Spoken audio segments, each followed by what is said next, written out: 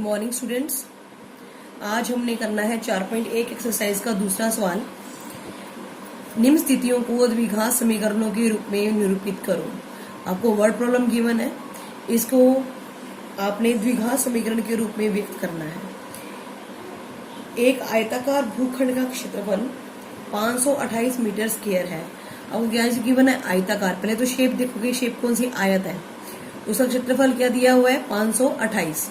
अब जो चीज गिवन है उसका फॉर्मूला माइंड में रखोगे, क्या होता है? लंबाई गुना चौड़ाई बराबर क्या होगा? 528। क्षेत्र की लंबाई मीटर में चौड़ाई के दोगुने से एक अधिक है। जो लंबाई है वो चौड़ाई के दुगने से एक अधिक है। तो लंबाई और चौड़ाई में रिलेशन गिवन है। जो चीज छोटी होती है हमेशा उसे मान लेते हैं हम लोग। माना चौड़ाई, यहाँ पे क्या मानोगे? माना चौड़ाई बराबर में x मीटर, क्योंकि उसने बोला है कि हमने क्या किस में लेना है? मीटर में लेना है। तो माना भूखंड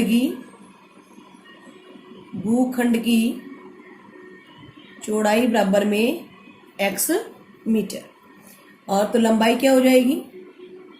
लंबाई चौड़ाई के दुगने से, चौड़ाई का दुगना मतलब इसको 2 से गुना कर दिया, 2x। एक अधिक है, अधिक करने के लिए प्लस करते हैं, +1। ये हमारी क्या हो गई? चौड़ाई हो गई। इस भूखंड की लंबाई और चौड़ाई आपने ज्ञात करनी है, मतलब हमने इसको द्विघात समीकरण के रूप में व्यक्त करना है।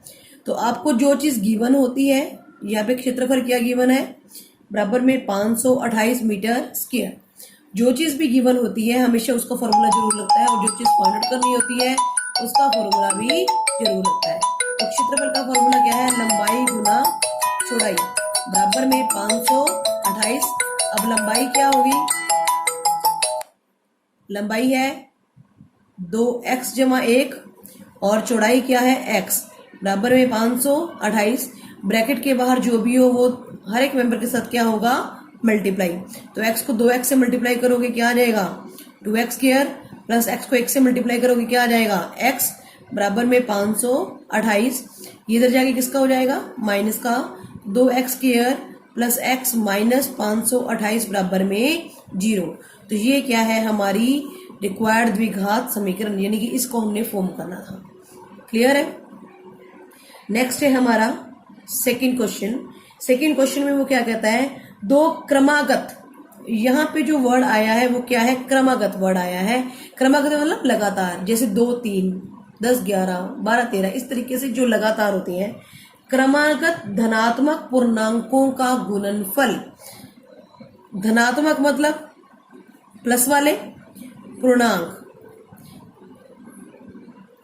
उनका जो गुणनफल है वो क्या है? 306 है। गुणनफल उनकी गुना दी हुई है, हमें पूर्णांकों को ज्ञात करना है। तो मान लो, मानना दो क्रमागत धनात्मक पूर्णांक, एक अगर हमने x मान लिया तो दूसरा क्या हो जाएगा? x + 1, क्योंकि लगातार लेने हैं।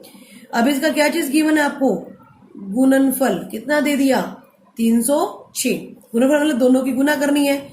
x को x + 1 से गुना करेंगे तो आंसर क्या आना चाहिए? 306। x को x से गुना करोगे x की 2, प्लस x को 1 से करोगे x बराबर में 306। 306 इधर जाके माइनस का हो जाएगा। x² प्लस x माइनस 306 बराबर में 0, विच इज द रिक्वायर्ड द्विघात समीकरण जो हमें निकालनी थी, जो रिक्वायर्ड है, जो द्विघात समीकरण आपको निकालनी है। आगे है थर्ड क्वेश्चन। रोहन की माँ उससे 26 वर्ष बड़ी है। अब यहाँ पे 2 लोगों की बात हो रही है। एक किसकी बात हो रही है? रोहन की। एक दूसरी किसकी बात हो रही है? रोहन की माँ की। क्लियर है? रोहन की जो माँ है वो रोहन से 26 वर्ष बड़ी है। तो मान लो कि जो रोहन की वर्तमान आयु है वो हमने मान लो क्या है? x मान ली। क्या मान ली? x वर्ष मान ली। तो रोहन की माँ क्या हो जाएगी? इससे 26 वर्ष बड़ी है, तो यानी कि x + 26 वर्ष हो जाएगी। जैसे अगर आज हमारी उम्र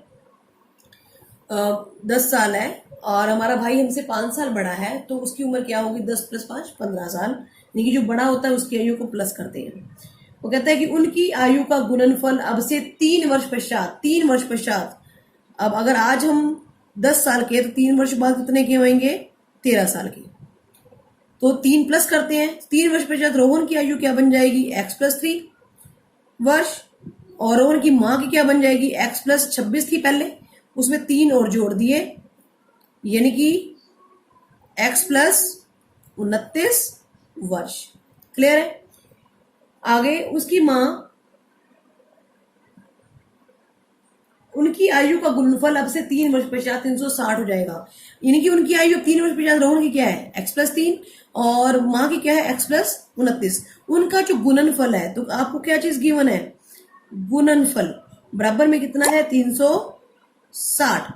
तो x+3 की किससे गुना करनी है हमने, x+29 से, बराबर में 360। अब गुना करोगे तो पहले एक ब्रैकेट को ओपन किया जाता है, x इसकी मल्टीप्लाई किससे होगी, x+29 से, +3 इसकी मल्टीप्लाई किया है x+29, बराबर में 360।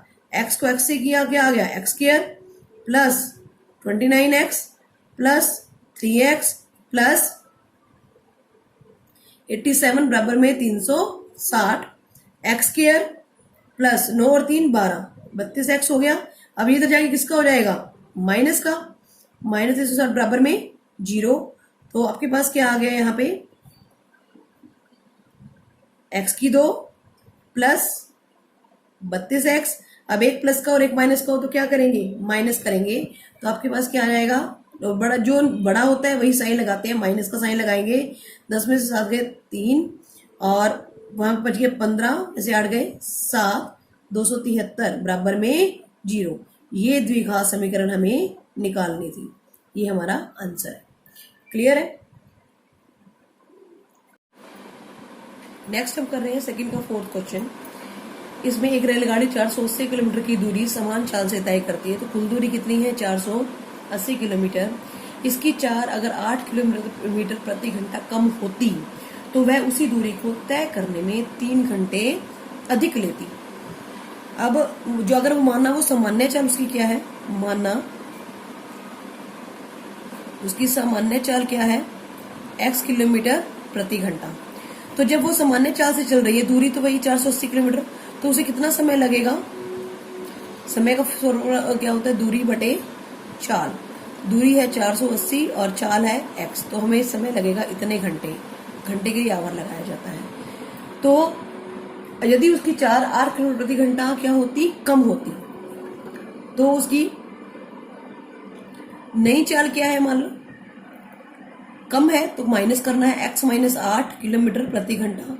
अब क्या समय लगेगा, वही है फॉर्मूला, तो दूरी बटे चाल। दूरी उतनी ही है 480, और अब समय कितना है, चाल कितनी है, x - 8 घंटे।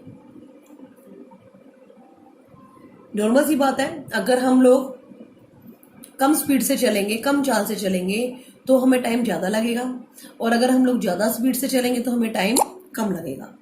तो वो यही कह रहा है कि अगर उसकी चाल कम होती, यानी कि अगर वो अपनी स्पीड कम रखती 8 किलोमीटर प्रति घंटा, तो उसे उसी दूरी को तय करने में 3 घंटे अधिक समय लगता। अब यानी कि अधिक कौन से वाला है, ये वाला। क्लियर है। तो 400 प्रश्नानुसार हमारा क्या है, प्रश्नानुसार 480 बटे x - 8 अधिक लगता, किससे, इससे। क्लियर है। यानी कि दोनों में जो अंतर है वो कितने घंटे का है, 3 घंटे का अंतर है। जब भी हम लोग बोलते हैं कि इससे इतना ज्यादा लगा या इससे इतना कम लगा, मतलब दोनों के बीच का अंतर हमें गिवन है। तो 480 बटे x - 8 में से जब 480 बटे x घटाओगे तो तुम्हारा उत्तर क्या आना चाहिए, 3, क्योंकि दोनों समय में अंतर कितने का है, 3 घंटे का अंतर है।